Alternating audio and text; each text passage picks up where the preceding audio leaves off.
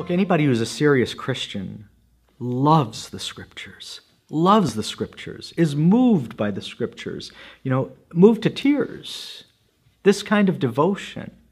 So, I mean, we find often in this world that we have to defend the authority of the Scriptures. We have to demonstrate the provenance of the Scriptures to show that the texts are legit, and we can trace them back to that generation.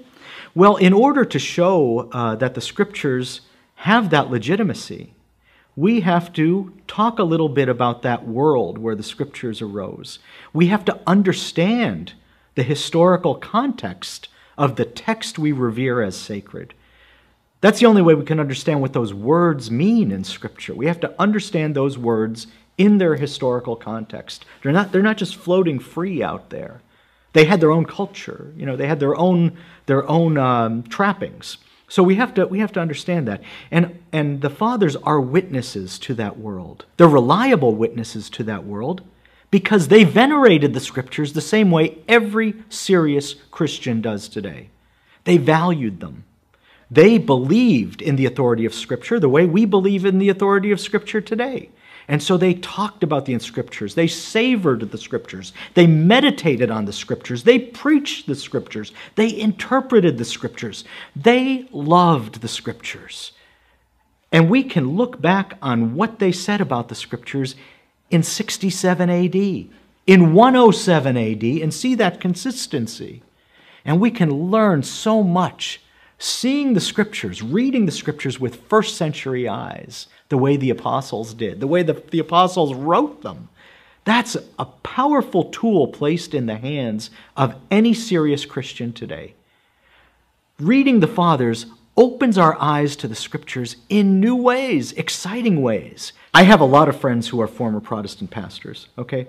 And they were never kind of wishy-washy, lukewarm types, When they were Protestant pastors, they were very serious, theologically formed at the best schools and so on.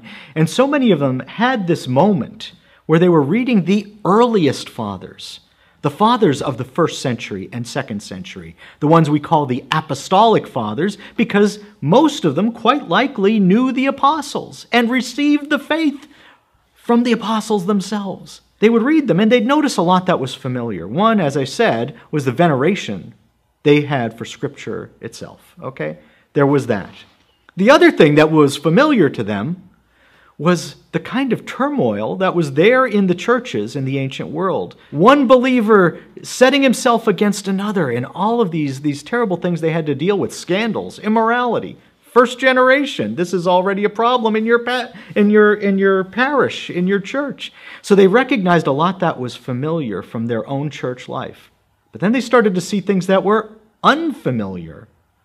There were clear structures of authority, and they're threefold, bishop, priest, deacon. That looks familiar, but not from my church. It looks like the Catholic Church down the road. And then they started noticing that these early fathers emphasized the sacraments of the church, the rites of the church, the liturgy of the church, and they talked in a sacrificial way about these things. They used the terminology of sacrifice from the temple in Jerusalem.